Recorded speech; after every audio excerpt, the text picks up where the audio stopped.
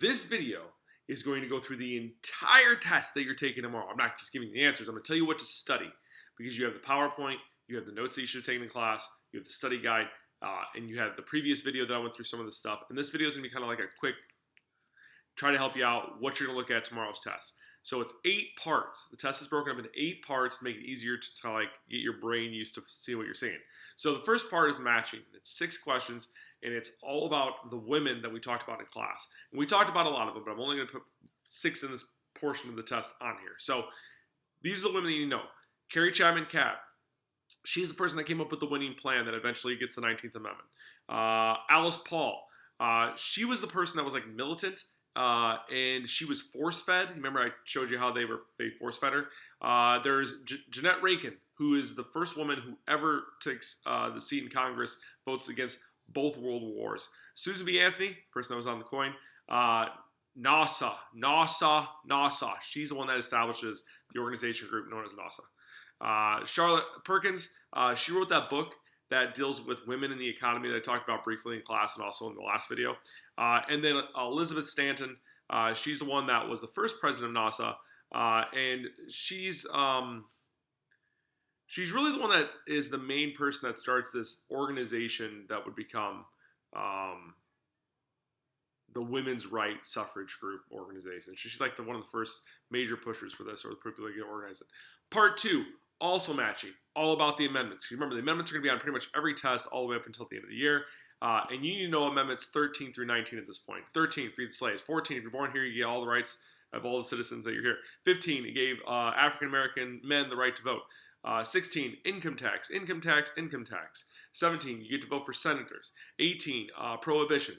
And 19, women have the right to vote. So those are all the amendments. Watch that 1,000 times if you have to, but that's the amendments. Part 3, multiple choice. This deals with which war was involved that really pushed the idea that women should have the right to vote because they supported that war. So which war is that? Women's power in the economy would be a question in the multiple choice. Like, what power did they have in the economy? What could they do to make it so companies could actually just no longer be because they could do something to actually stop them from making money? You know about the court case Minor versus Happersett in this particular section of the multiple choice. So that's part 3. Part 4, true or false. There's 2 questions. I'm not really going to give you the topics. You either know them or you don't. 2 true and false questions. There you go. Part 5, it's fill in the blank. There's 3 questions. This would be like, which state let women have the right to vote first? So I'm actually looking for what particular state out of the 50 states of America. This is when I went on a rant about how it seems like in history, U.S. history, the argument of this keeps coming up as a reason why it's okay to own slaves or to segregate people, or in this case, to make women or to prevent women from using the right to vote. So what's the argument that is used constantly over and over and over again about states to basically repress and prevent the freedoms of groups of people? Also, what is the term that I talked about in the beginning of class, this idea of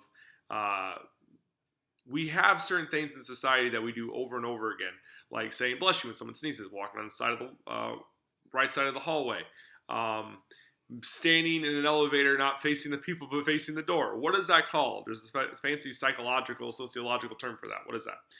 Part 6, it's 3 questions and they're all short answer. So one of them has to do with the idea of why in the West, like the idea of why in the West had freedom or the right to vote for women first compared to the states in the East. The other one has to do with how did technology impact women in the workplace or just women in general. The other one has to do with what does birth control have to do with any of this? Why does that factor into the women's rights movement to vote? Part 7 is an essay. And at this point, if you mess up on this essay on the test, that means you messed up on something prior to this. So I'm just going to leave it at that. And part 8 is a political cartoon analysis. And that's going to be something that you're going to see in every single test and or quiz that you're going to have from me all the way up until the end of the year. So I'm going to give you a political cartoon, and you're going to have to tell me some things about it. And that's that. That is the test in a nutshell. Watch this video to your heart's content over and over and over again. Watch the other video I sent because it gives you a little bit more detail on some things. And then read through the study guide. Make sure you have the study guide filled out in its entirety. And then make sure you read through the PowerPoint as well. Good luck tomorrow. You don't need it. Just work hard.